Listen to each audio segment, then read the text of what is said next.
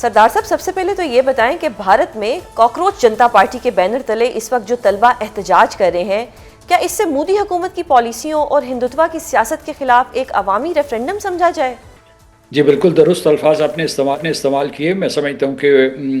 Bharatiya Janata party نے جتنے بھی ظلم ڈھائے ہیں اپنے شہریوں کے اوپر، اس میں دلت ہوں، اس کے علاوہ جو مسلمان مسیحی برادری کے لوگوں کے خلاف یا سکھوں کے خلاف جو انہوں نے اقدامات کیے ہیں، اور خود جو ہے ہندو میں انتہا پسندی پیدا کی ہے، خاص طور سے جو اپر کاسٹ کے ہندو ہیں ان میں ایک نئی رعونت دی ہے، ایک قسم کا ایک نیا تعصب دیا ہے. تو اس کی وجہ سے ایک رد عمل تو آنا تھا. اب وہ رد عمل آ گیا ہے. اگرچہ جو چنگاری لگی ہے وہ طلبہ کے حقوق کی وجہ سے لگی ہے، یا جو ان کی جو کورٹس سے عدالتیں تھیں جو ان کی جو ہے جو گھمنڈ تھا ان کا، اس کی وجہ سے آئی ہے. لیکن جو پورے کے پورے بھارتیہ جنتا پارٹی اور راشٹریہ سوائم سیوک سنگھ کا جو فلسفہ حکومت ہے یا فلسفہ حکمرانی ہے، اس کے خلاف احتجاج ہو رہا ہے. انہیں بالکل معلوم ہو گیا کہ کس طریقے سے یہ حکمران شہریوں کو آپس میں لڑاتے رہے ہیں، یعنی ہندوتوا یا ہندو انتہا پسندی یا ہندو نیشنلزم کا پرچار کر کے کس طریقے سے غریب لوگوں کو نشانہ بناتے رہے ہیں، اور خود جو ہے انہوں نے سرمایہ داروں کے ساتھ دوستی کی، میڈیا کو خریدا. یہ ساری کی ساری چیزیں سامنے آ چکی ہیں. اب جو جنتر منتر میں احتجاج ہو رہا ہے اس میں آپ دیکھیں کہ کس طریقے سے سارے لوگ گھل مل گئے ہیں. اگرچہ جو ہے زیادہ تعداد میں ہندو طلباء اور طالبات اور یا دوسرے جو سوشل انفلوئنسرز ہیں وہ اس میں شامل ہیں، لیکن وہاں کھانا مسلمان کھلا رہے ہیں اور اس طریقے سے ان میں بھائی چارہ نظر آ رہا ہے. یہی میرا خیال ہے کہ ہندوستان کے قائدین کا ایک قسم کا ویژن تھا، کہ خاص طور سے ان کے جو پنڈت جواہر لال نہرو ہیں یا مہاتما گاندھی تھے، ان کا یہ خیال تھا کہ یہ ایک لادینی ریاست، لادینی نہیں کیا کہتے ہیں، سیکولر ریاست ہوگی. لیکن اس کے بعد بھارتیہ جنتا پارٹی نے پوری کی پوری ریاست کو نہ صرف ہائی جیک کر لیا بلکہ انتہا پسندی اور وہ بھی یعنی وائلنٹ ایکسٹریمزم کے رجحانات کو انہوں نے پروان چڑھایا، اور اس کا یہ رد عمل ہے. صحیح. اچھا سر، یہ مودی کی جو مدت حکومت ہے یہ تیسری ہے. کیا ان تمام حالات کے بعد بھارت کی یہ جو جنزیز ہے، مودی کا یہ جو شائننگ انڈیا کا نعرہ ہے، اس کو تسلیم کرنے کے لیے تیار نہیں ہے اور اب اپنے حقوق کی بحالی کے لیے سڑکوں پر نکل آئے ہیں؟ کچھ کہا نہیں جا سکتا سیاست کے سلسلے میں. ابھی جو ہے ان کے مخالف جماعتیں جو ہیں وہ مثلا کانگریس ہوئی یا جو علاقائی جماعتیں ہیں وہ اتنی طاقتور نہیں ہیں، اور ہر مورچے پہ بھارتیہ جنتا پارٹی نے ان کو شکست دی ہے. اس کی ایک وجہ یہ بھی ہے کہ جب انہوں نے ہندوتوا کا یہ فلسفہ سب کو دیا ہے تو اس کی وجہ سے یہ بھی ہوا ہے کہ خود ان پارٹیوں میں لوگوں کے جو ہے رجحان اس طرف ہوا ہے، میلان اس طرف ہوا ہے کہ بھئی ہندو ووٹ جو ہے جو اکثریت میں ان کو لینے کے لیے کچھ بھارتیہ جنتا پارٹی کی زبان استعمال کرو. تو اور دوسرے یہ ہے کہ یہ جو بی جے پی ہے اس نے بڑے منظم انداز میں اپنی فوج میں، اس کے علاوہ انٹیلیجنس ایجنسیز میں، سائنٹیفک اسٹیبلشمنٹس میں، کاروباری مراکز میں اور میڈیا میں ایک انتہا پسند گروپ تیار کیا ہے، اور وہ پھیل چکا ہے. اس نے اس دور سے بہت فائدہ اٹھایا ہے، اور وہ اس بات پہ یقین رکھتے ہیں، یعنی جو ہندو سپریمیسی جو ہے اس کے اوپر یقین رکھتے ہیں. تو اس وجہ سے یہ ہے کہ میں یہ کہہ رہا ہوں کہ اگرچہ یہ احتجاج ہو رہا ہے، احتجاج ہوتے ہیں، اور دو چیزیں ہوتی ہیں، یا تو وہ احتجاج کامیاب ہوتے ہیں یا وہ رفع دفع ہو جاتے ہیں. اس طرح دیکھیے کہ کیا ہوتا ہے. اور دوسرا یہ ہوتا ہے کہ حکومت نے کچھ طریقے سیکھے ہوتے ہیں کہ کس طریقے سے اس قسم کے احتجاج کا سامنا کرنا اور سنبھالنا ہے، اور وہ سروائیو کر جاتے ہیں. تو اس وقت جو ہے جو سیاسی قوت سامنے آئی ہے وہ کانگریس کی ہے، کانگریس کی قیادت آئی ہے. کیا وہ اس میں کیپٹلائز کر سکے گی یا نہیں کر سکے گی؟ یہ مطلب یہ ہے کہ ایک احتجاج اور مزاحمت کی فضا تو ہے، لیکن وہ اس سے کتنا پولیٹیکل کیپٹل حاصل کر سکتے ہیں اس کے بارے میں کچھ نہیں کہا جا سکتا ابھی. صحیح. سر، آپ آزاد کشمیر کے صدر بھی رہے ہیں. آپ کو لگتا ہے کہ یہ جو جنزیز کا پروٹیسٹ ہے یہ دہلی اور دیگر شہروں سے ہوتا ہوا مقبوضہ کشمیر بھی پہنچ سکتا ہے، جہاں کا اسپیشل سٹیٹس تبدیل ہوئے 7 سال پورے ہونے کو ہیں؟ مقبوضہ جموں کشمیر میں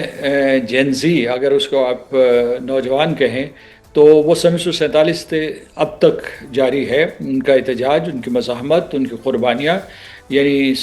سن 1947 میں جو جنگ لڑی گئی، جنگ آزادی لڑی گئی، اس کے بعد جو ہے سن 1965 کی جنگ، اس کے بعد 71 کی جنگ، یہ تو پاکستان نے لڑی،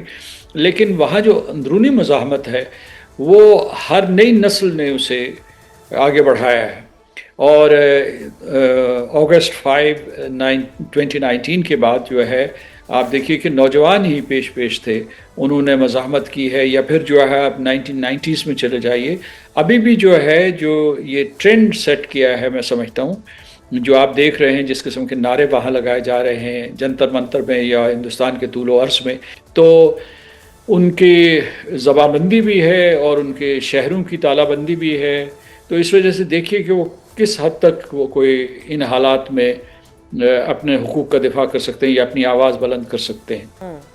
سر، بھارت نے گزشتہ سال اپریل سے سندھ طاس معاہدے کو معطل کر رکھا ہے، اس کے خلاف اب بھارت سے بھی آوازیں اٹھنا شروع ہو گئی ہیں، تو مودی سرکار کے لیے اب اپنے استحصال پر مبنی پالیسیوں کو جاری رکھنا کتنا مشکل ہو گیا ہے؟ بھارت نے یہ بڑا سنگین جرم کیا تھا، اور اس کی وجہ سے اس کی شہادت صرف پاکستان سے نہیں آتی، اس کے جو ثبوت ہیں یا جو اس کے خلاف بیانات ہیں وہ آئے ہیں انٹرنیشنل کورٹ آف آربیٹریشن کی طرف سے آئے ہیں، اس کے علاوہ ورلڈ بینک کے صدر نے کہا تھا، ایک بیان دیا تھا، اور پھر جو ہے گزشتہ دسمبر جو ہیومن رائٹس کے ریپورٹرز ہوتے ہیں ان 5 ریپورٹرز نے متفقہ طور پر یہ کہا کہ یہ انسانیت کے خلاف جرم ہے، بین الاقوامی قوانین کی خلاف ورزی ہے۔ کیسے جو ہے جو پاکستان میں اس وقت جو پاپولیشن ہے اس میں آپ دیکھیں تو 19 ملین جو ہیکٹیئرز ہیں، اس میں جو 80% ہے ان کا انحصار سارے کا سارا جو ہے وہ اس کے ہندوستان کے اس کے پانیوں کے اوپر، ہندوستان کے پانی تو ہمارے ہیں وہ، کیونکہ اگر مقبوضہ کشمیر کے اوپر قبضہ نہ کرتا تو یہ پانی پاکستان کے ہوتے، تو ان کے اوپر قبضہ کر کے اپر رائپیرین بنا ہوا ہے اور آپ کو پانیوں سے محروم کیا ہے۔ تو اس کے ہندوستان میں آوازیں تو بلند ہوئی ہیں، ایک اچھا خاصا معاہدہ چل رہا تھا، اگرچہ اس میں بھی ہمیں نقصان ہو رہا تھا، انہوں نے کشن گنگا بنا لیا، بگلیار بنا لیا، رتلے بنا رہے ہیں، اس کے بعد درجن بھر اور جو غیر قانونی طور پر اس معاہدے کی خلاف ورزی میں وہ کئی ڈیم بنا رہے ہیں، وہاں سے پانی جو ہے وہ منتقل کر رہے ہیں، ہمیں جو ہے جو واٹر ڈیٹا ہے وہ نہیں شیئر کر رہے۔